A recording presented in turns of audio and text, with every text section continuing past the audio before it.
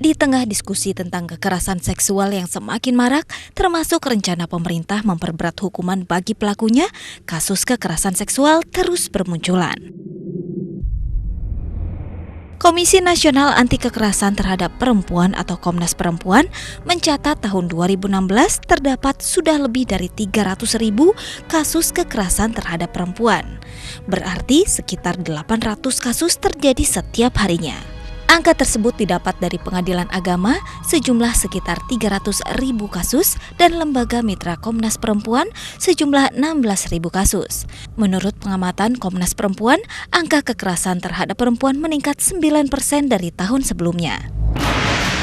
Kekerasan seksual termasuk bentuk kekerasan paling menonjol sampai sejumlah kalangan menilai Indonesia sedang berada dalam kondisi darurat kekerasan seksual. Sementara itu, pemerintah Indonesia berupaya memperberat hukuman bagi pelaku kekerasan seksual terhadap anak, yaitu dengan menambah masa maksimal hukuman penjara selama 20 tahun, serta memberikan hukuman tambahan berupa kebiri kimia, pemasangan chip, dan publikasi identitas pelaku. Hukuman itu akan dimuat dalam peraturan pemerintah pengganti undang-undang atau Perpu. Sementara semua masih diperbincangkan, yuk kita para wanita lebih waspada dan membentengi diri dengan beraneka informasi terkait kekerasan seksual.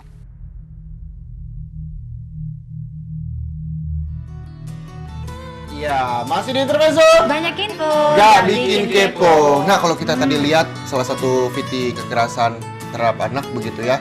Kalau misalnya Komnas Perempuan juga merilis bahwa lebih dari 320.000 di tahun 2015 itu adalah kekerasan terhadap perempuan. Berarti lebih dari 800 kekerasan terhadap perempuan itu terjadi setiap harinya. Ini tentunya cukup miris juga, Nak ya. Dan katanya naik 9% bahkan ya kekerasan seksual itu ya. Itu dia pemirsa, banyak memang yang harus kita bukan hanya memikirkan bagaimana cara kita harus bersikap, berpenampilan, tapi gimana nih kalau misalnya sampai hal ini terjadi, harus seperti apa, kita bagaimana cara menanganinya. Nah, ini untuk para perempuan juga meresahkan sekali pasti, Nak ya. Betul sekali, ini pasti meresahkan apalagi untuk seorang ibu ataupun seorang orang tua. Betul. Punya anak-anak yang ABG katakan, bahkan sekarang anak kecil aja udah banyak nih yang udah harus hati-hati dan mungkin mereka harus punya yang namanya pendidikan tentang yang namanya seks, apa itu yang mereka harus lakukan atau dicegah. Nah, untuk itu kita mau ngobrol-ngobrol nih, Zah. Betul. Ya, di studio kita sekarang sudah kedatangan ada Umi Lulung. Selamat datang Umi Lulung. Assalamualaikum, Ustazah. Dan juga ada Mbak Yunia Rasidin selaku desainer dan juga hijabers Indonesia. Apa kabar, Mbak? Alhamdulillah baik. Alhamdulillah baik. Saya mau tanya-tanya dulu nih sama Umi Lulung, ini melihat tadi tayangan bahwa lebih dari 320.000 begitu kekerasan terjadi terhadap perempuan. Ini Umi melihatnya seperti apa sih, Umi? Ya, kalau kita ngomongin masalah terjadi terhadap perempuan, sejak zaman Rasulullah memang kan sebelum Rasulullah itu memberikan hidayah melalui Quran dan hadis, itu kan memang perempuan kalau lahir dibunuh. Kalau sekarang mungkin tidak terjadi pembunuhan, tapi pembunuhan karakter, pembunuhan segala macam. Salah satunya sekarang ini, banyaknya perempuan tapi banyaknya kekerasan terhadap perempuan, terutama anak-anak. Pertama, mungkin kita lihat dalam surat An-Nisa ya, ayat 9 dinyatakan, kalian tuh harus takut dan khawatir terhadap perkembangan anakmu kalau nanti kamu tidak ada. Tidak ada bisa saja dia meninggal, bisa saja kita mungkin dalam keadaan tidak berada di rumah. Maka dari itu bentengi dia dengan apa? Zuriatahum diafa, jangan sampai mereka menjadi anak-anak yang keturunan yang lemah agama, lemah pendidikan dan lemah mungkin jasmani dan rohaninya. Maka dari situ wal yakulu qaulan sadida, berkatalah kepada anak perkataan yang benar, yang baik. Artinya walaupun anak kita masih kecil bertanya tentang hal-hal seksual misalnya. Soalnya kita kan tahu sendiri di Indonesia masih tabu itu membicarakan yang namanya seks. Itu bagaimana cara ngasih tahunya? Nah, ini kadang-kadang orang tua ini kalau anak udah mulai bertanya, "Mah, aku misalnya kenal sama laki-laki, aku masa mau dicium misalnya." Kita langsung panik. "Nggak boleh, itu dosa." Mana ada anak ngerti dosa, yang dia tahu cuman itu begini-begini. Artinya kita kasih tahu dengan baik-baik bahwa ini boleh, ini tidak boleh gitu loh. Nah, kenapa tidak boleh? Karena kalian itu masih belum ada pernikahan. Kalaupun ternyata dia tahu mungkin dari internet, kita juga jangan pas ngelihat, "Hah, kenapa seperti itu?" Kan gitu ya. Udah panik duluan gitu, Umi ya. Kalau kita udah panik duluan, anak gak akan pernah cerita sama kita. Iya, betul. Kita dampingin dia. "Kamu lihat apa, Nak?" "Lihat ini." "Tuh gimana sih, Mah, ceritanya kok kayak begitu gambarnya?" ngomong nih, masuk di situ pelajaran seksual. Ini kita tuh terlalu terlalu menjaga image sebagai orang tua. Iya. Padahal harusnya sebagai orang tua terbuka sama anak, jadi Iya. anak terbuka sama kita. Oke, nah kalau kita ke Mbak Yunia nih, selaku juga orang tua, sebenarnya cara berpakaian itu berpengaruh nggak sih terhadap kekerasan yang terjadi terhadap anak-anak dan juga perempuan? Berpengaruh sekali, Berpengaruh sangat-sangat berpengaruh sekali. Paling enggak kita sebagai ibunya harus mencontoh, ini kita pakai baju apa sih di depan anak kita? Kita pakai memberikan baju apa contoh sih? gitu.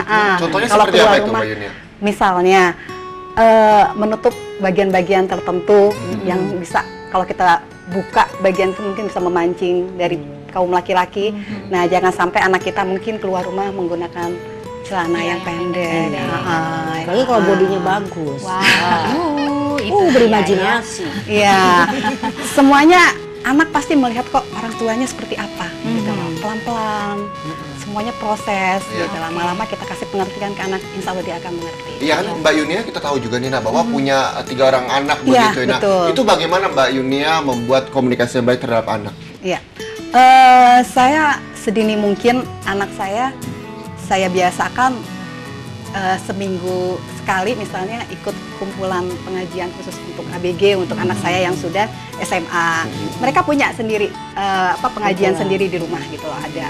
Nah, namanya berbuat baik kan nggak cuma untuk sendiri ya, jadi kita sharing ke semua teman-temannya seperti apa gitu loh. Dan mereka alhamdulillah senang gitu loh, nggak ada yang sampai protes. Ama aku nggak mau pakai baju muslim, ribet pakai jilbab banyak jarum misalnya segala macam. Saya ajarkan mereka, oh pakai jilbab nggak seperti itu, pakai jilbab simple kok, gitu loh.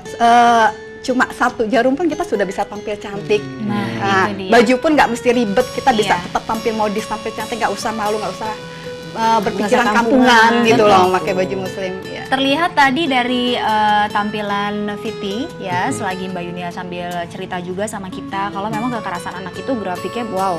Iya. Setiap tahun terus naik. Bahkan naik terus 9% naik. dari Betul, tahun naik sebelumnya di tahun 9%. 2014. Mengerikan sekali. Betul, mengerikan sekali, betul sekali itu Mbak Yunia. Dan kalau misalnya memang kita tinggal di Indonesia ini kan memang tidak semuanya itu menggunakan hijab. Nah itu juga mungkin himbauan untuk para orang tua di rumah. Nah contohnya ini dia nih pemirsa ya. Kasus kekerasan terhadap anak itu Betul. dia datanya. Bahkan menurut naik, data Za. Komnas HAM, betul 31, ada 321.752 kasus Wow. kekerasan terhadap perempuan yang berarti sekitar 881 kasus setiap harinya.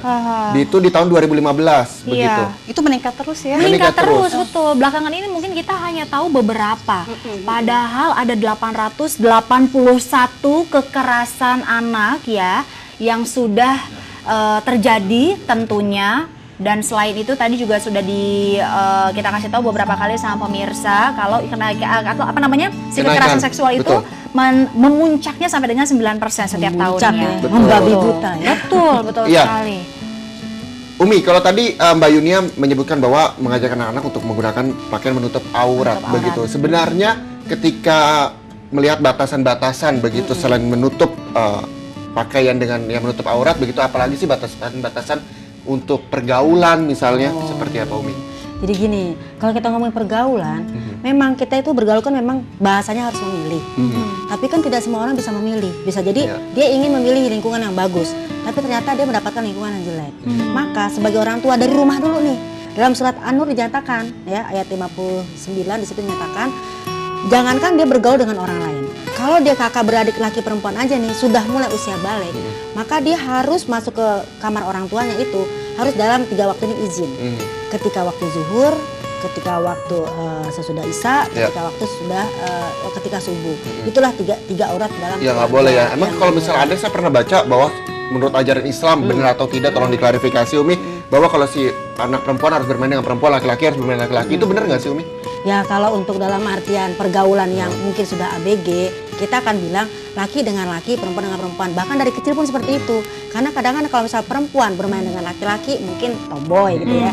Atau laki bermain dengan perempuan takutnya agak-agak gimana gitu ya. Tapi Jadi kalau lemah lembut kalau, gitu kalau ya. seperti sekarang Perempuan. itu hal yang wajar atau nggak sih Umi? Kalau misalnya harus dibatasin gitu? Ah, kalau terlalu dibatasin juga kita nggak boleh juga karena apa? Kita juga pernah mengalami misalnya nih orang laki dengan laki doang, perempuan dengan perempuan. Saya dulu juga pernah di pondok pesantren. Jadi ketika kita laki dan perempuan, ketika kita berjumpa dengan laki dan perempuan, kita akan biasa Oke. dalam artian bergaul seperti biasa. Tapi Bergaul kalau seperti biasa. terlalu dikekang pun kita jadi kayak orang yang kagetan. Oke. Jadi lebih fleksibel aja begitu Umi ya. Fleksibel aja. Oke deh kalau gitu. Kita Dan tahan pemirsa di dulu, rumah, Umi. Ya, kalau kita misalnya mau ngomong telepon, aja, betul. Kalau mau telepon bisa. Nanti usai jeda di Iya. 013141360. Betul. Mau tanya-tanya sama Umi masalah berpakaian untuk menghindarkan diri dari kekerasan seksual terhadap anak maupun perempuan juga bisa. Tapi usai jeda berikut tetap di Intermezzo. Banyak info, nggak bikin kepo.